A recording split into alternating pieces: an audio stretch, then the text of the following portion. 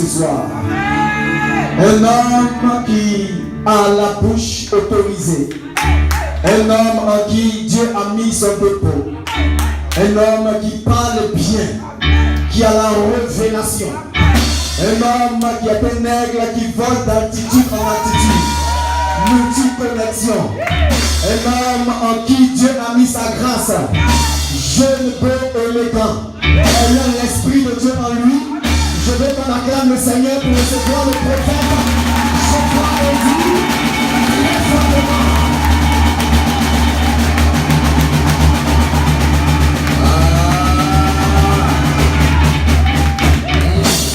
Quelqu'un dit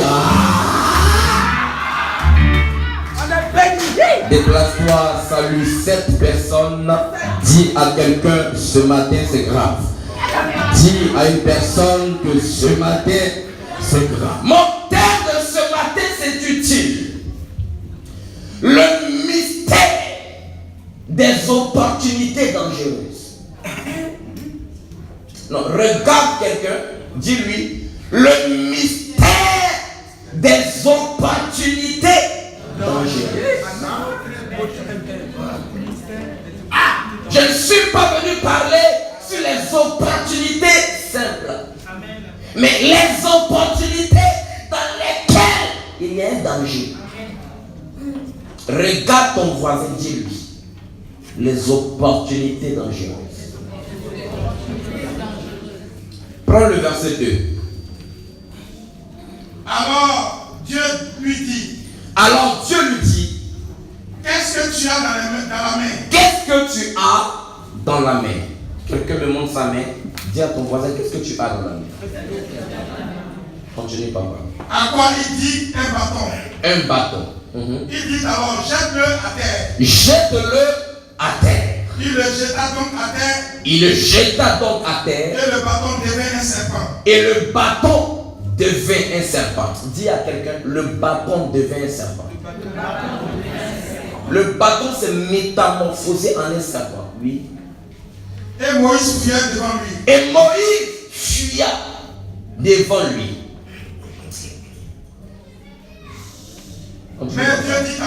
Mais Dieu dit à Moïse. Avance ta main et saisis-le par la queue. Avance ta main et saisis-le par la queue. Il avança donc sa main. Il avança donc sa main. Et le saisit. Et le saisit. Et devint un bâton dans sa main. Et devint un bâton dans sa main. Est-ce qu'on peut acclamer la parole du Seigneur? Est-ce que tu peux acclamer fort?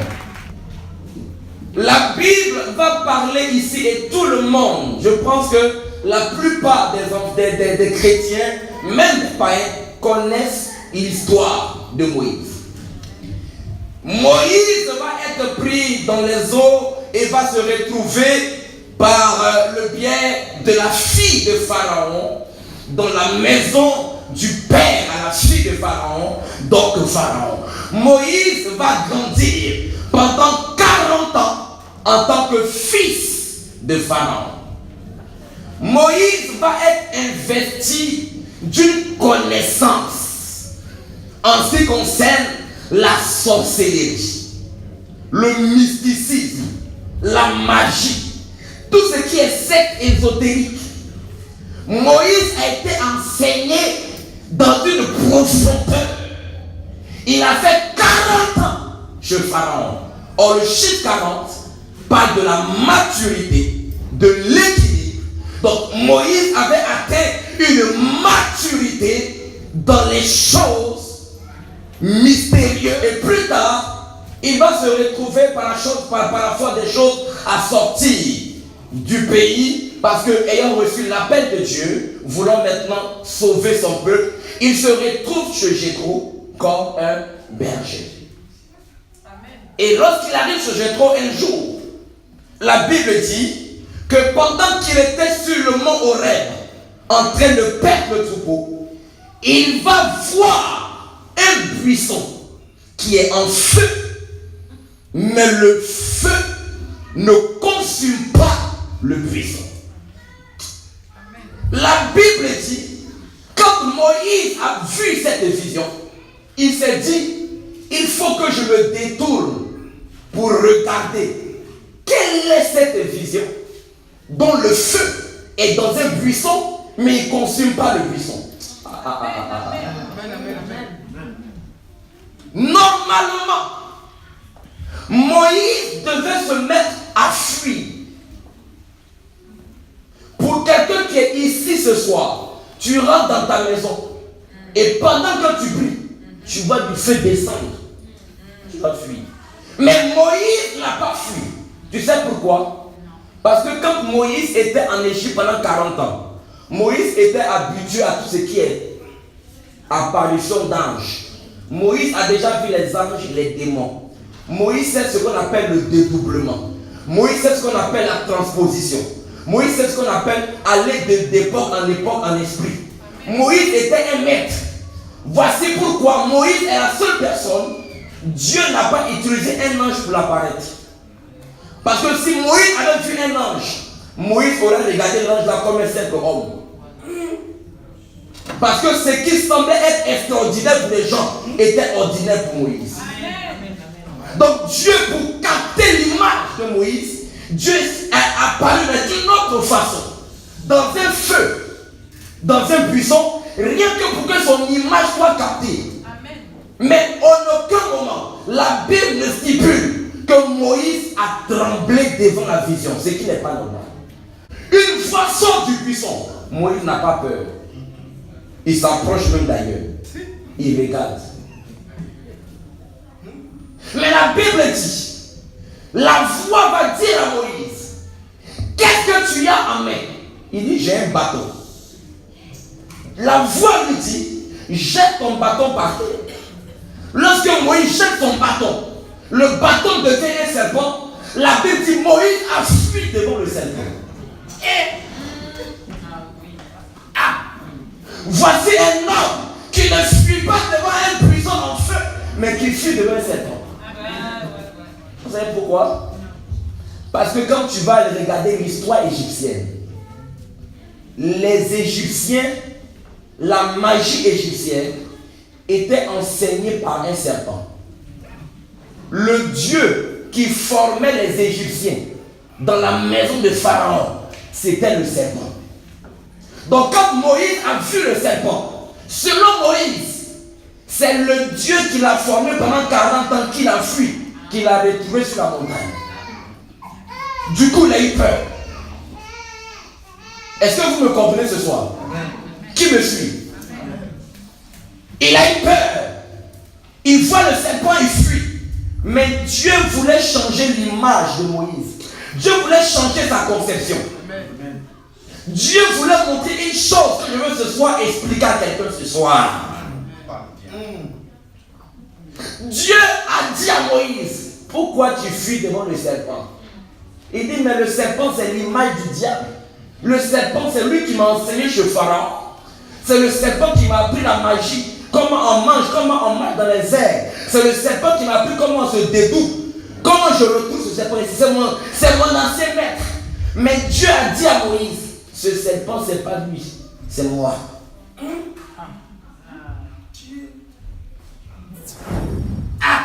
L'église a parfois attribué les choses qui appartiennent à Dieu au diable parce que c'est comme un serpent. Moïse fuit. Dieu dit c'est moi, pourquoi tu fuis? Il dit non, c'est le diable. Il dit c'est pas le diable, c'est moi qui suis ici. Et même plus tard, Moïse va ériger un serpent d'airain dans le désert. Et quiconque voyait le serpent était guéri de sa morsure. Amen. Voici un Dieu qui se métamorphose aussi comme un serpent. Wow. Je suis venu parler sur les opportunités qui peuvent devenir pour toi des bâtons.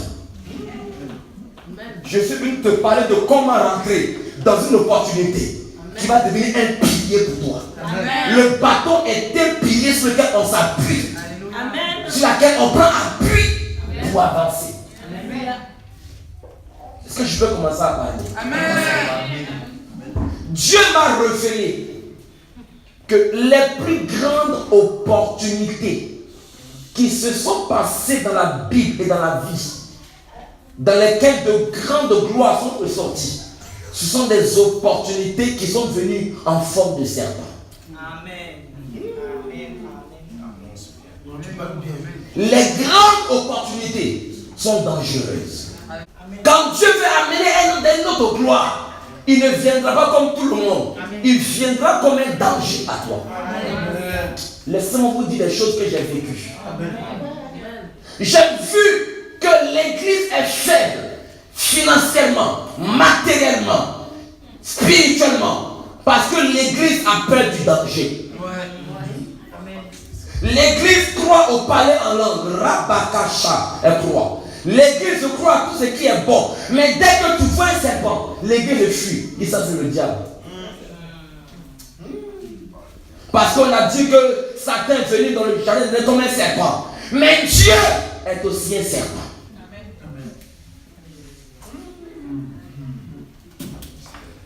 Les grandes opportunités sont des serpents. Si tu passes par devant, elle te mord. Mais si tu passes par derrière, elle devient bâton. Amen. Mais c'est que je parle, ton moment qu'as-tu, que Mardoché a dit à Adassa, ma fille, c'est un concours qui est réservé aux gens du pays. Je vais aller voir l'un des supérieurs. Je vais payer. Je vais le corrompre. On va t'établir un extrait d'acte de naissance qui te donnera le droit de te présenter au concours comme étant une femme qui vient du pays. Mais ne dis pas à quelqu'un que tu es juif. Le nom Esther n'est pas un nom juif, c'est un nom perse qui veut dire étoile. Esther a changé son nom. Le gardien des concubines. Arrête-toi là. J'explique le concept du concours. Le concours était celui-ci. Toutes les femmes, chaque femme rentre voir Assuérus la nuit.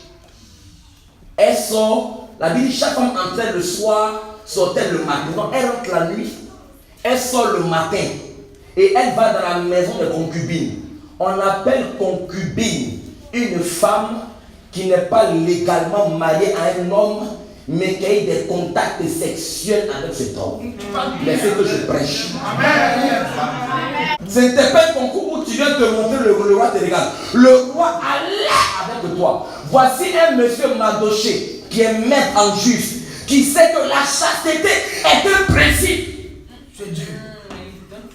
Mais dans cette opportunité en serpent, il dit Esther, passons par derrière.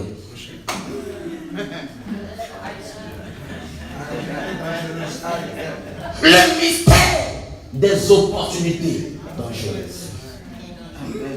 Esther n'a pas prié pour être reine. Esther a eu des rapports avec le roi avant d'être déclarée reine. Lisez la Bible et prêchez les choses claires. Amen. Entends, je n'autorise pas ces choses dans la vie. Je n'autorise pas le vagabondage sexuel. Mais j'explique ce que la Bible a écrit. Ne généralisons pas. Je suis dans mon affaire. Laissez-moi prêcher mon mystère. Une opportunité dangereuse. Le roi peut te connaître et il ne te prend pas. Tu t'aurais souillé, tu aurais péché et tu sors de là zéro. Mais Mardoché, qui connaît la loi, a encouragé Esther. Il dit va.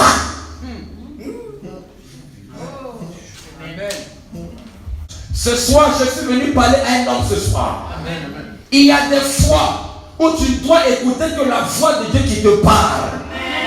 Il y a des opportunités. Écoutez, j'ai vu dans la vie des opportunités que lorsque tu veux ramener à la Bible, ça ne passe pas. Amen. Mais pourtant, c'est Dieu qui est dedans.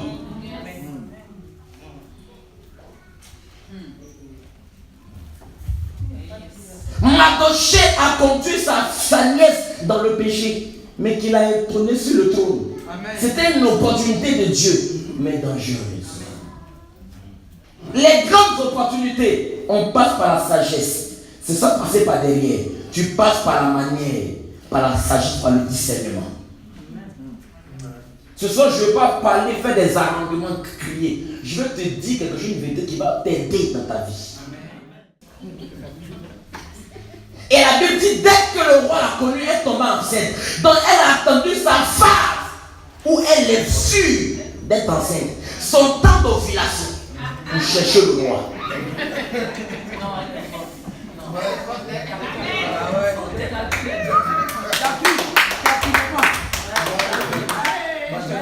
Je ne te dis pas de le faire. Je parle de mon affaire. Je t'explique une chose. Elle s'est dit en son cœur, je dois prendre, mais écoutez, elle a fait un jeu dangereux. Son mari est général, elle a risqué sa vie. Ceux qui sont allés la prendre là, ils sont des gardes du général. Il pouvait aller dire, oh, monsieur, commandant, on a vu ta femme avec le roi. Elle a joué un jeu dangereux. David a récupéré la femme. Elle est tombée enceinte. Le premier enfant est venu au monde, tombé malade. Il est mort. J'ai été choqué que Dieu n'ait frappé ni Bathsheba, ni David. Et c'est Bathsheba qui plus tard est devenue la maman de Salomon.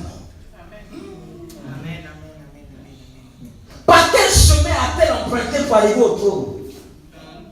L'adultère. Une opportunité. C'est peut-être un certain niveau de compréhension de la vie. Je crois en la sainteté. Je prêche la sainteté. Je crois en la sanctification. Je prêche la sanctification. Je crois en la chasteté. Je le prêche. Mais je crois aussi aux opportunités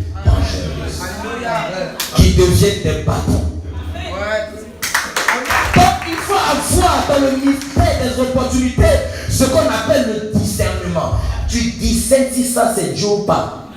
Quand Dieu te donne le OK, quand ton Mardoché te dit va, il ne faut pas reculer. J'ai déjà vu des femmes qui au début étaient des copines des grands et qui plus tard sont devenues des femmes légitimes. D'autres les ont découragées, mais d'autres ont dit va. Elle n'est pas allée voler Marie, elle allait récupérer ce qui l'appartenait à longtemps.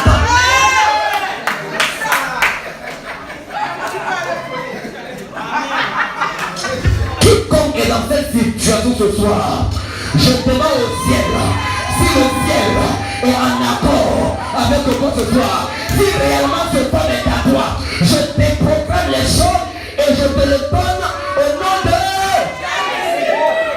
Il y a des gens qui sont concernés par ça.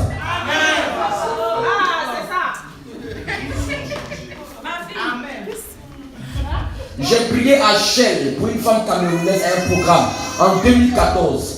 Pendant que je prêchais à la veillée, je lui ai dit, Dieu me dit, il y a une femme qui est ici qui a des problèmes de foyer. La femme est venue en pleurs. Elle est venue pleurer. J'ai prié pour elle. Elle a dit, papa, je retourne au pays. Elle est camerounaise. En 2013 ici, une femme camerounaise, en France, à Shell. Après la prière, elle n'avait même pas encore divorcé de son mari. Au Cameroun, elle retourne un de ses amis d'avant, qui est maintenant devenu diplomate au Cameroun. Alors je vous parle, elle en aime avec lui, son mari légalement. Il y a parfois des opportunités où Dieu va te pousser à faire le danger. Amen. Peut-être que pour toi, ce n'est pas une affaire sentimentale. Peut-être que pour toi, c'est une affaire d'un autre cas. Mais discerne la chose. Parfois Dieu est dedans.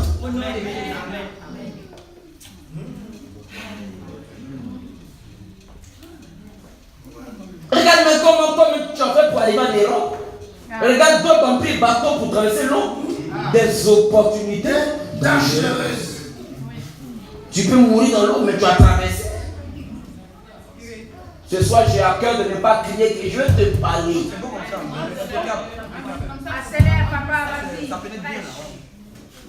Isaac était devenu vieux, il devait mourir.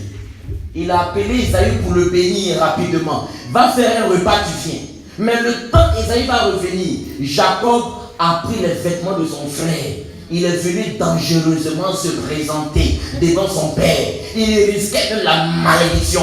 Mais il a osé pour arracher ce qui appartenait à Isaac, à Isaïe. Avant même de partir, sa mère, il a dit à sa mère, mais est-ce que mon père me maudit? Elle dit que cette malédiction retombe sur moi. Mais va, c'est une opportunité, certes dangereuse, mais on ne doit pas rater. Judas a marié une femme qu'on appelle Shula. Il a eu Onan et Shuka comme enfant. Il a voulu donner Tamar à était méchant, Dieu l'a tué. Le petit frère, Onan, il dit, Tamar, attends, ton petit frère va grandir, tu vas le marier. Lui aussi, il ne veut pas la marier. Dieu l'a tué. Le troisième n'était pas encore grand. Tamar a compris qu'elle est de vie dans cette affaire. Et elle va épouser un jeune homme, il aurait un décalage d'âge. Le jour sera ménopause, ce sera bizarre. Judas passait, elle s'est déguisée. Judas ne savait même pas que c'était la Tamar qui voit chaque jour.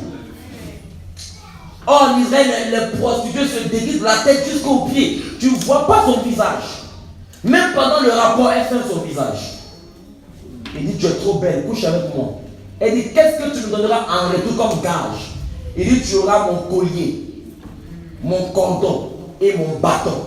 Le bâton, c'est le pouvoir. Le cordon, c'est l'alliance. Le cachet, c'est la royauté.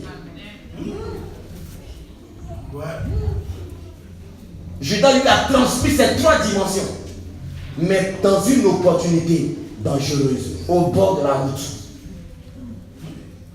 Plus tard, lorsqu'on voulait la lapider, on dit, tu es avec qui? On va te lapider. Elle a présenté le bâton de Judas. Quand il a vu le bâton, il a eu honte. Je ne vais pas trop parler ce soir, je vais m'arrêter là. La dernière chose que je vais dire, lorsque Aman voulut tuer le peuple d'Israël et Mardoché a dit à Esther d'intervenir.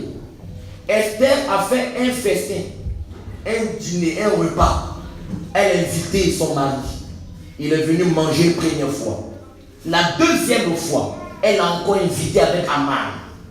C'est pendant qu'elle donnait le vin au roi. Donc le roi Assyrus a bu le vin, il était ivre. Et c'est dans son ivresse qu'elle lui a relaté le problème. Pour dire, Aman qui a porté la veuve veut tuer mon peuple, il veut nous exterminer. Donc le roi a pris un décret dans son état d'ivresse sans réfléchir. Il dit, pendez-le. Ce soir, je suis venu dire à cette église, je sens fortement dans mon esprit que de grandes portes vont s'ouvrir au devant de vous. Donc, je le sens dans mon esprit. Il vous faudra avoir beaucoup de sagesse, beaucoup de discernement.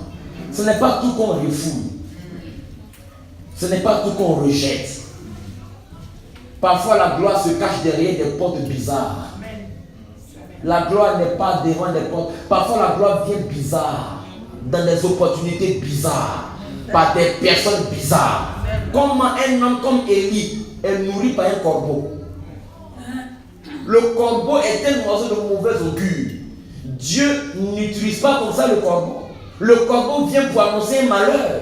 Mais Dieu dit à Élie, j'ai ordonné un malheur, un homme qui a fait du malheur partout de venir doit te nourrir.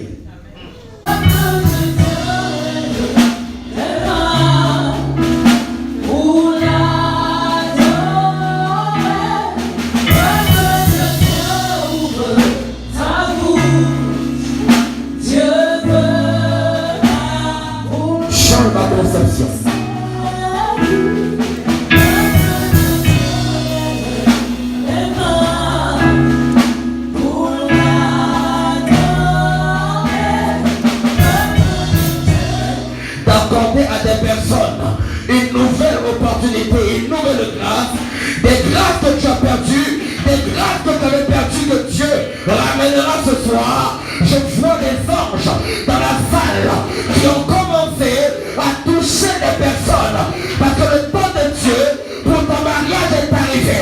Je vois cette personne dans cette église. Le temps du mariage, le temps des connexions, le temps des rencontres est allé. Regarde. Apportez-la-moi ce soir. Je touche simplement des personnes. Je vois dans mon esprit des femmes et des hommes qui vont monter une gloire financière sans précédent. Une gloire, reçoit ta grâce. Une gloire financière, une gloire de l'affaire, une grande gloire du mariage, pas une grande opportunité. Le temps de Dieu est arrivé.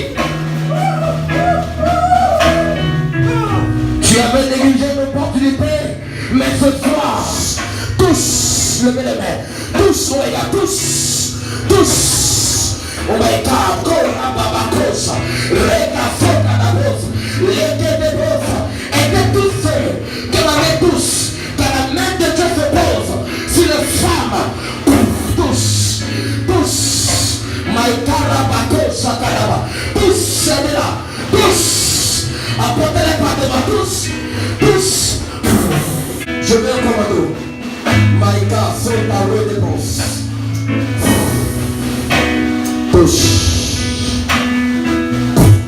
Je vois une opportunité que Dieu pose ta vie.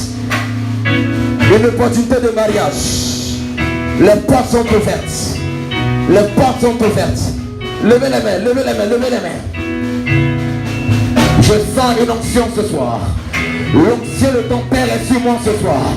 L'onction du prophète Fernand ce soir est sur moi. Reviens à la vie. Reviens à la vie. Reviens à la vie. Reviens à la vie. Tous. My God, les corps à marcher. Tous. Et cette femme a raté beaucoup d'opportunités. À cause des démons de la sorcellerie, les liens de famille l'ont empêché de voir la gloire de Dieu. Mais ce soir, elle dit pas l'Éternel. Je vais le battre. Merci Seigneur. Merci Seigneur. Merci Jésus-Christ. Oh my God. Oh my God. Oh my God. Merci Seigneur. Merci Seigneur. Esprit de famille, démon de famille, libère son mariage. Dieu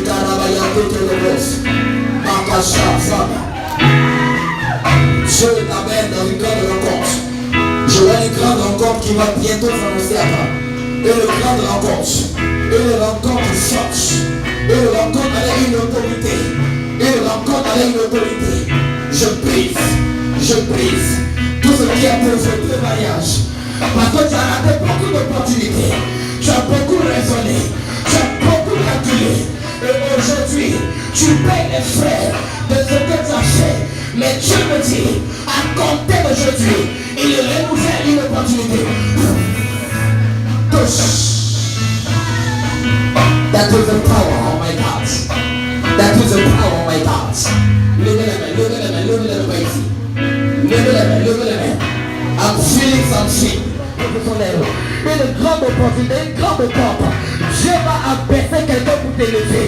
Dieu va incliner quelqu'un pour te faire du bien. Parce que ton Père t'a dit une femme.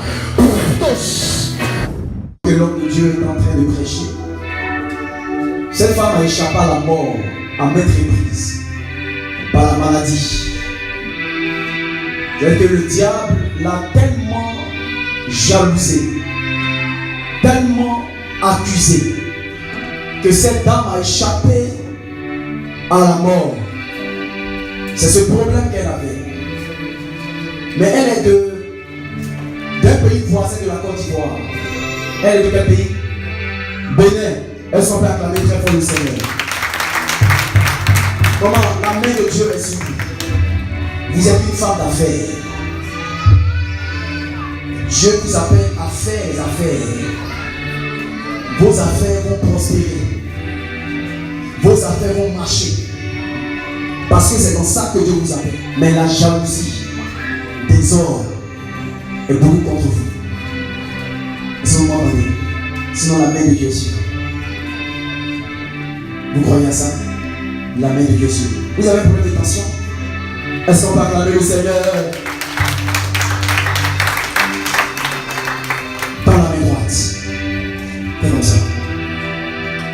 Tu ne mourras pas. Tu ne mourras pas. Parce que la mort est beaucoup à ta porte. Et l'esprit de mort. Même on t'accuse même de sorcellerie, tout ça. On t'accuse de sorcellerie. C'est qui?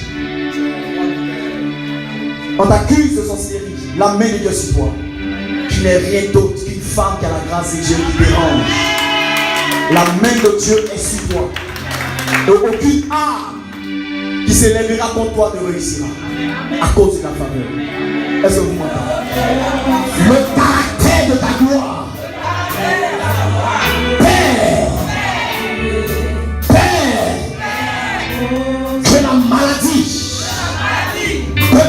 devienne la guérison.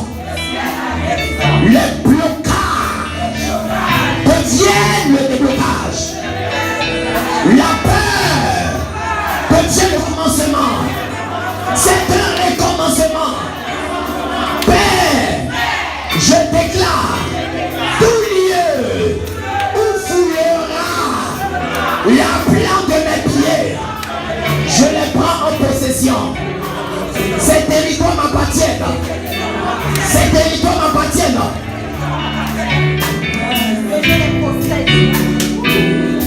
Hey, Yahweh, Yosa, hey, Yahweh, Yosa, Mosa, Toué, Yosa, Mosa, Toué, Yosa, Mosa, Toué, Yosa, Mosa, Toué, Okokanina, Motote, hey, Yahweh, oh, Nana, Mozambe, hey, Yahweh, Moza, Kanina, Motote, hey, Yahweh, oh, Nana, Mozambe, hey, Yahweh, Moza.